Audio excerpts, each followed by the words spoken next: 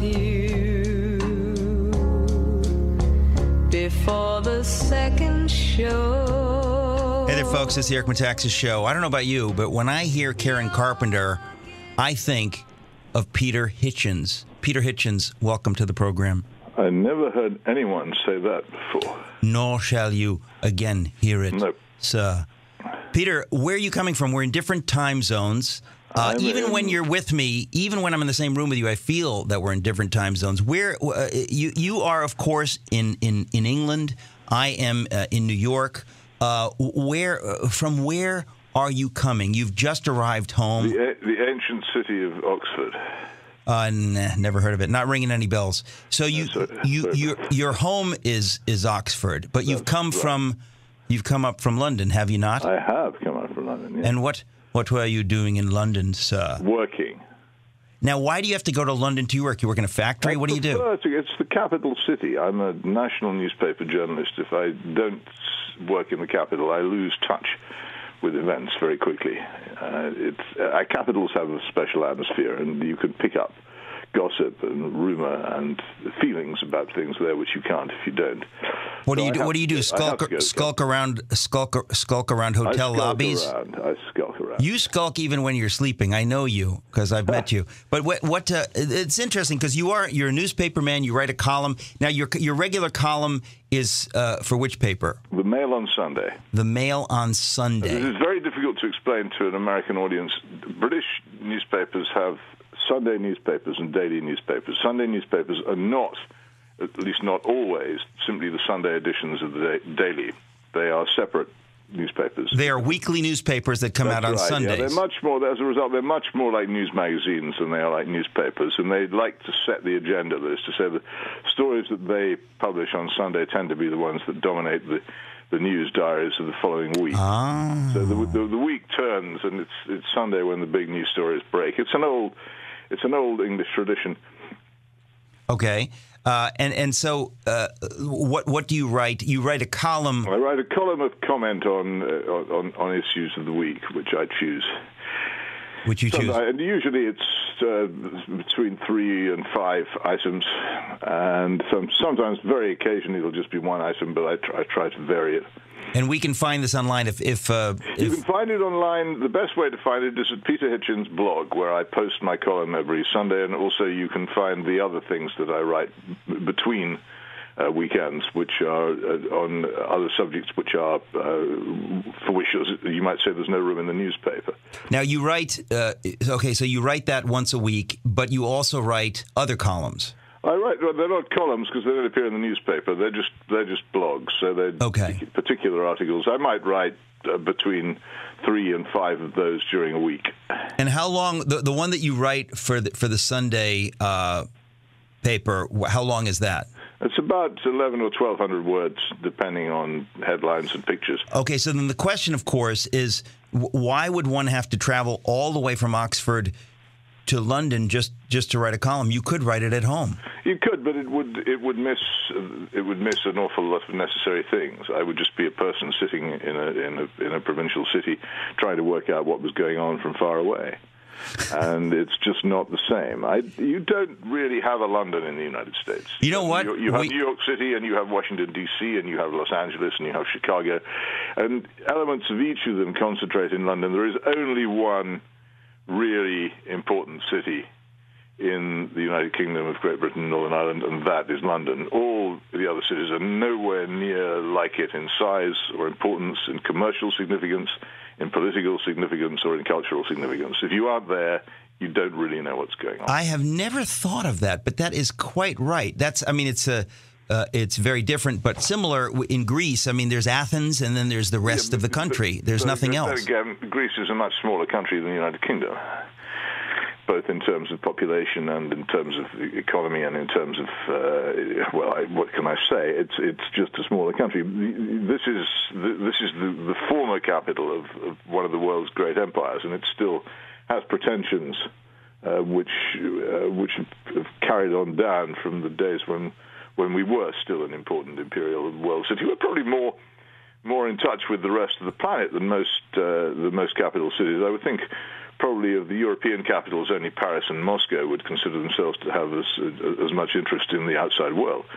Well, even when I'm agreeing, former imperial capitals. Even when I'm agreeing with you, you disagree with me. It's very difficult. I was simply making the point. With you. I was simply elaborating on the idea. But no, right. But I was simply making the point that when one is in Greece, one notices that there's Athens and then there's everything else. There is nothing in the United States. There are many cities, as you said earlier, that you could say Chicago's an important city. Los Angeles is an important city. There are many different kinds of important cities, but not all of them is a capital either. Germany has a similar position. There are many important cities in Germany: Frankfurt, Hamburg, Cologne, Munich, are all extremely important. Although Berlin, the capital, doesn't dominate Germany the way London does. Well, but still, Berlin was once the capital of an empire. It was, but it's still not really acknowledged by many Germans as being particularly German. And right. It's way far out to the east. When Konrad Adenauer was Chancellor of what was then West Germany, whenever his train crossed over the River Elbe heading east, he would roll over in his sleeping car and say, "Ach, Asia." As far as he was concerned, Berlin was beyond the Urals. It doesn't have that. Beyond the Urals. No, you make it sound really. It's really the other big German cities do not regard it as being superior to them. All right then. It's interesting. So London, London is a very special place. Listen, I think so much of London that my wife and we had our honeymoon in London. We didn't go there for the beaches. So no, you wouldn't have done that. If you had, you would have been disappointed. Yes, well, but there are beaches. We now have beaches in London in the summer. They put sand down by the river, but I have to say it would take a lot of persuasion to get me to dip so much as a toe into the sand. That's just horrible. Well, anyway, but okay, so you do go to London. How many times a week do you go there? 5 or 6 times. Wow, you're on the train an awful lot. That's right. Yeah, I like trains. That seems to me great places for reading and thinking. Do you write on the train? Not often. No. Generally, it's reading. But that's extraordinary. So you value your alone time in the car. Are you ever bothered by people? Not much. Not much? No. Can you give us any specific instances of when you were bothered by someone? I can only think of one, and that was a drunk person who wanted to pick a quarrel with me, but I got rid of him. Did he know that you were the writer Peter Hitchens? He did, yes. He didn't. Even though he was drunk?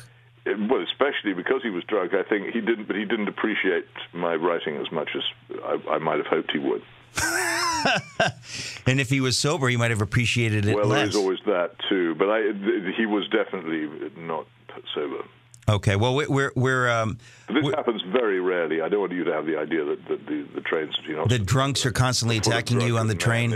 All right. Not, at most times a day, it's not like that at all. Okay.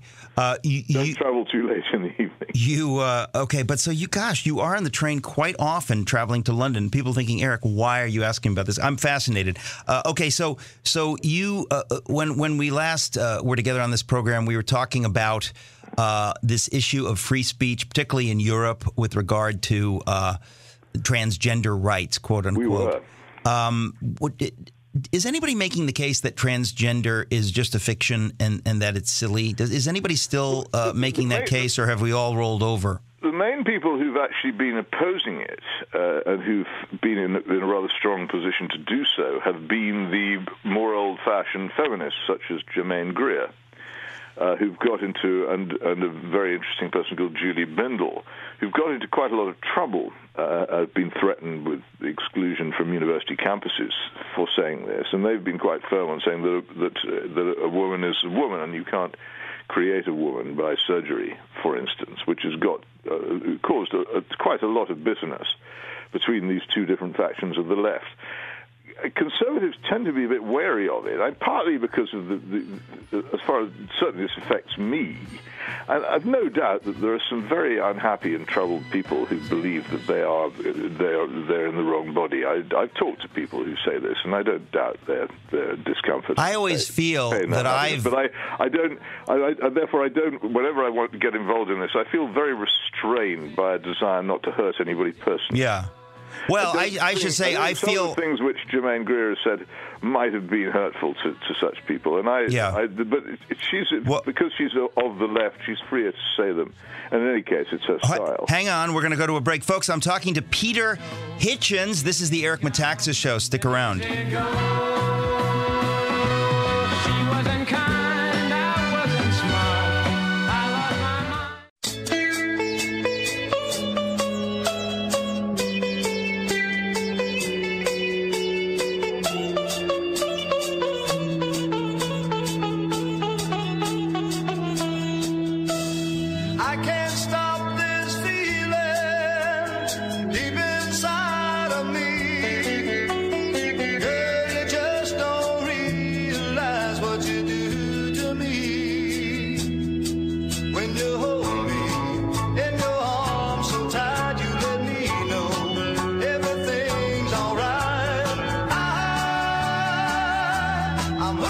Hey there, folks. I'm talking to Peter Hitchens. And, of course, the first question I want to ask you, Peter, have you, Peter Hitchens, ever been hooked on a feeling?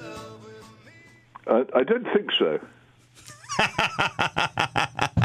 Okay. I might have been, but didn't realize this at the time, I suppose. But I don't think so, no. I sense you're a very private person, which makes me want to ask you very personal, uncomfortable questions.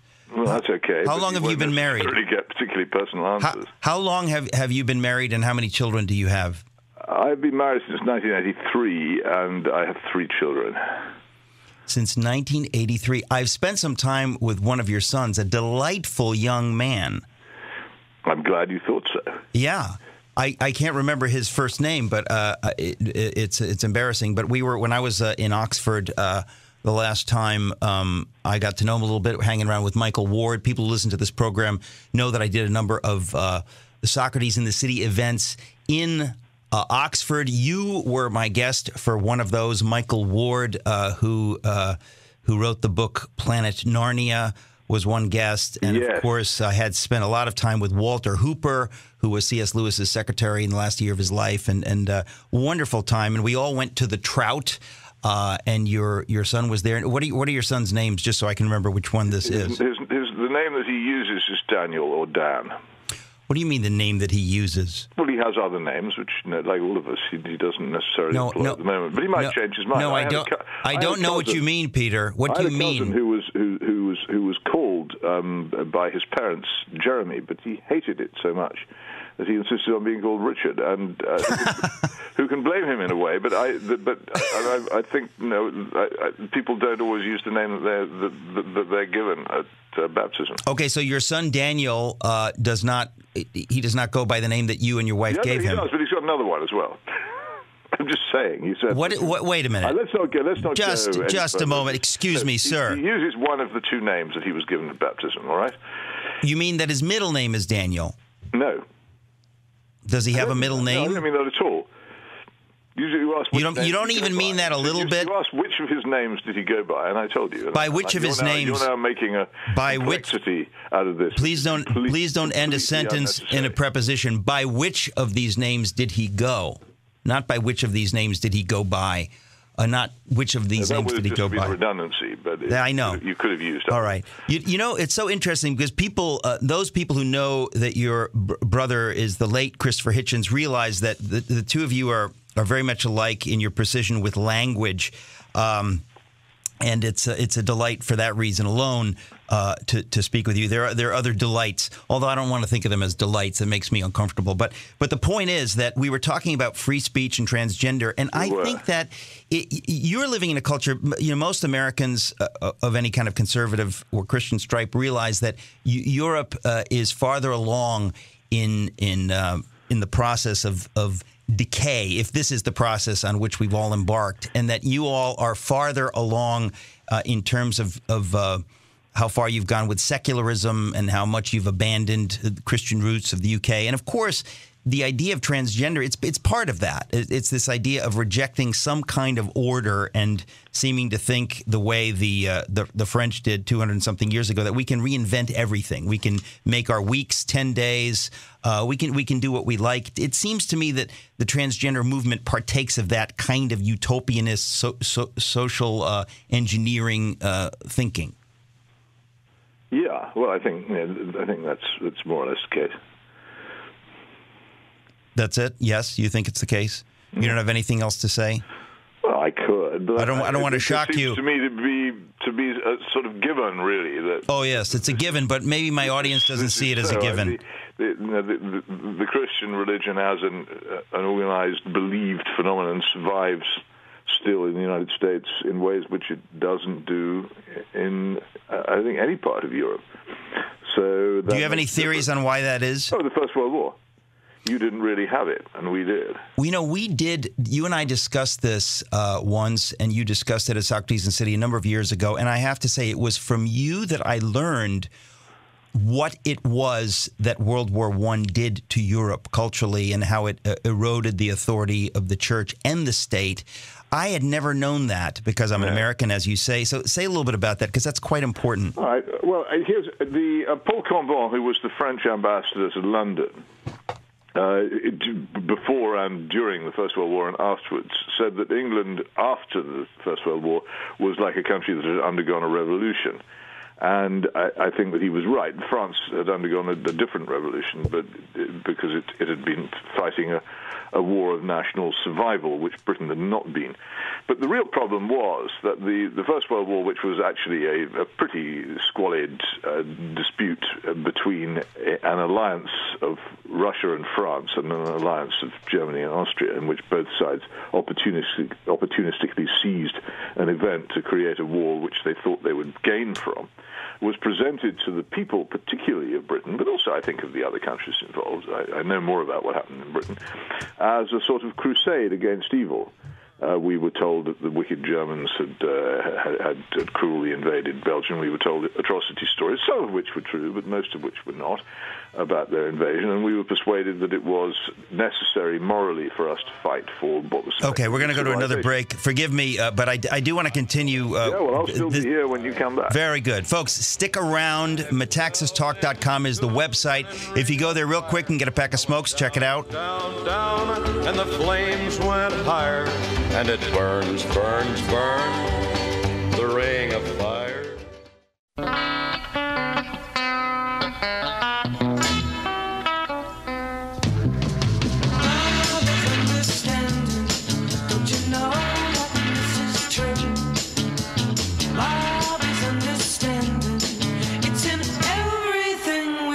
Hey, folks, it's the Eric Metaxas Show. I'm talking to Peter Hitchens, who is currently in Oxford, England. I trust most of you who are listening are not. Peter, you were just explaining to us, and this is very important because I think that many people listening right now didn't hear it when we spoke about it earlier or didn't catch your the first conversation we had at Socrates in the City. You explain how World War I was dramatically influential in Europe and in England in eroding the trust that your average Briton had with the church and with the state. And you say that somehow people were persuaded, or at least the powers that be tried to persuade the average Englishman that he needed to go to war, that there was a moral reason to fight the Hun, to fight Germany. It's something that has always puzzled me. What is your sense? I mean, when we're talking about the Nazis, I can see the moral duty to stand against the Nazis. But when I think of Germany, in 1914, it's hard for me to think of the Germans in the same way as the way I would think of them in World War II. What was going on? In my mind, and I think I commend particularly to anybody who wants to know about the outbreak of this, the most brilliant book ever written on it by Barbara Tuchman, that's Tuchman, called The Guns of August. It is so good that I can't begin to tell you how good it is. But there's no question, it seems to me, and there's been work done, I think, by Fritz Fischer in Germany as well, that the Germans started the war. They took advantage of the crisis in the Balkans to start the war, to invade Belgium, which they had no conceivable excuse for doing, as an attack on France. There's also no doubt whatsoever that France had been engaging in plans with Russia for what could be described as an encirclement of Germany, and France had been spending huge amounts of money on arming Russia and upgrading its railroads and all kinds of other things to make it more fit for a war with Germany. And why? Why? Well, because France was, apart from anything else, France had been humiliated in the 1870 Franco-Prussian War, and wanted to get back its lost territory and prestige, and saw Russia as the best ally for this, because Russia's interests were, of course, not were opposed to those of Germany, particularly in Ukraine and Poland and most of Central Europe, which are actually the major battlegrounds of all European wars of the past century. So it was cynical calculation. That they felt that they needed an ally, and that was where they were going to turn. And then they decided that they needed Britain as well, and a lot of secret diplomacy took place, in which Britain was secretly inveigled into an alliance with France, which was never formally agreed, but which actually which the British cabinet didn't know about, and Parliament certainly didn't know about, but under which, the moment the war began, Britain entered it, and excuses were then invented afterwards, and this is part of the reason for the fiction that it was a great war for civilization. The British people were not subject to conscription at the time. There was no military conscription. We had a very small army, and suddenly we were faced with a continental war in which a large army was necessary. Well, to get huge numbers of young men to enlist, you had to invent a moral cause. So the rape of Belgium was one, and an obligation to Belgium which didn't really exist was invented, and an awful lot of propaganda about atrocities, some of which was true, as I say, was spread.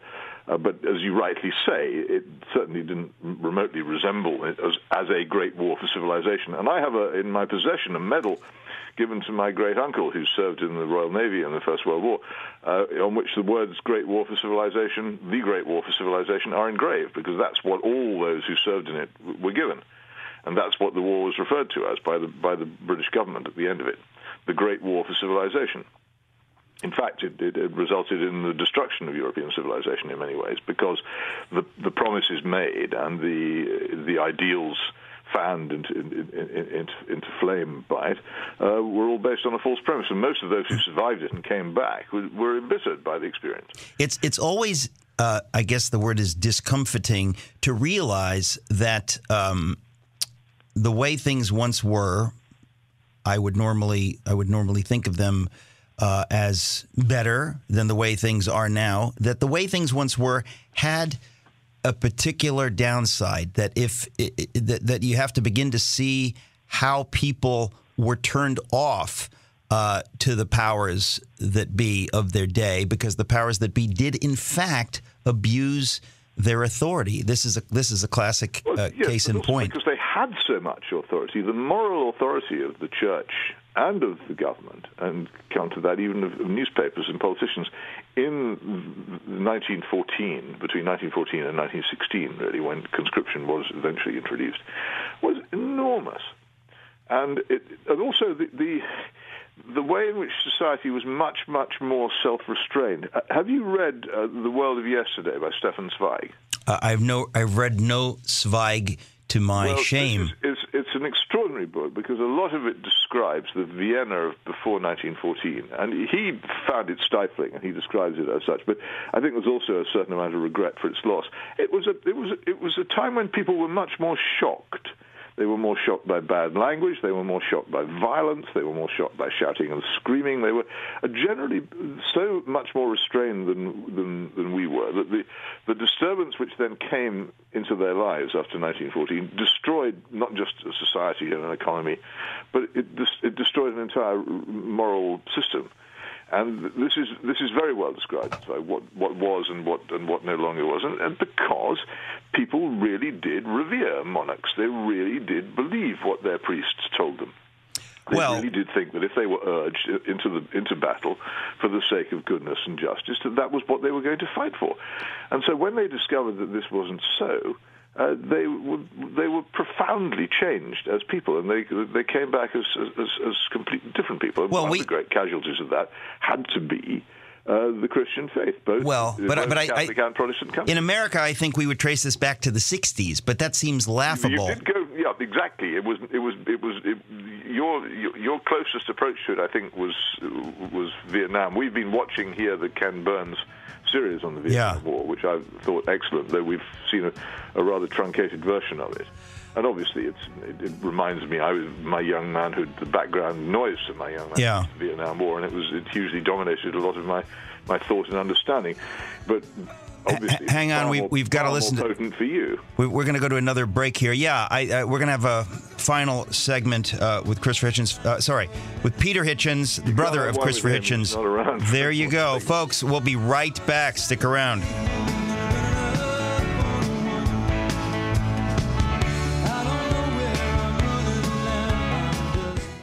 Oh, happy day. Oh, happy day.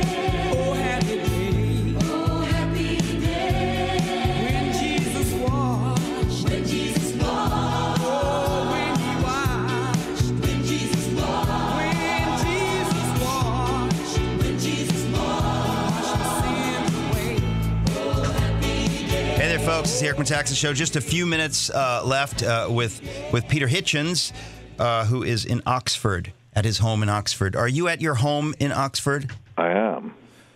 All right. We were just talking about how in the United States it seems that the loss of authority, institutional authority, some of the things that held the culture together, that really went away mostly in the 60s.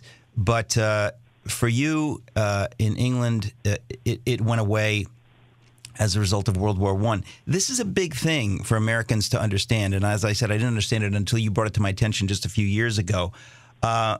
It's in some ways, it's confusing because I don't see the evidence of it in my reading of, let's say, the 20s and the 30s and the lead up to World War II. I would think that it happened after World War II.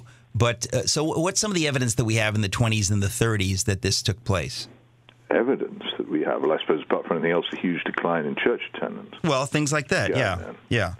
But culturally, cultural evidence. Well, I think, again, one can see in the music and drama and literature of the 1920s and the 1930s a turning away from the more restrained forms of before 1914.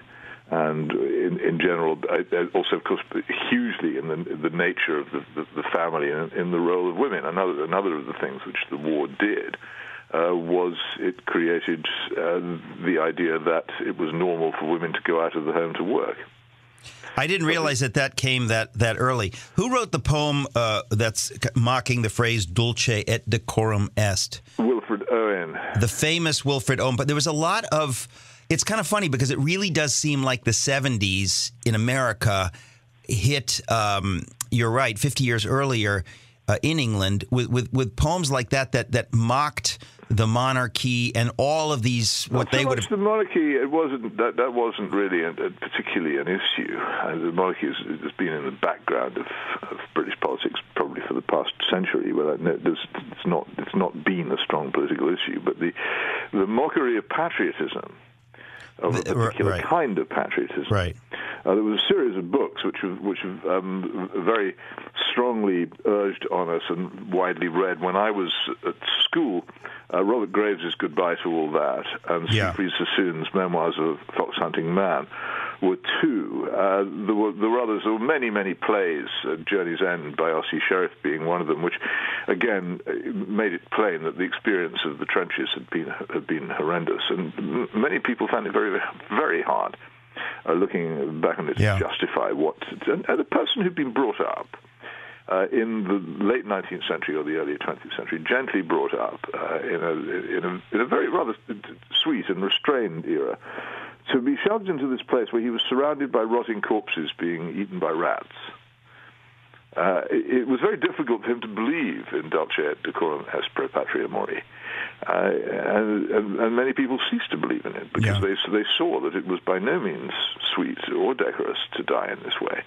On the contrary, they fought over the rotting corpses of their comrades. On that, another very fine book I can recommend here, by the way. It's called Covenant with Death by a man called John Harris, which describes the shattering effect on many of the young men who volunteered for war in 1914 and eventually marched into the German machine guns at the Battle of the Somme in July 1916. We're at another hard break. Peter, well, maybe you can stick... So that recommendation sticks. Maybe you can stick around. Folks, that's this hour. So sorry to end it now.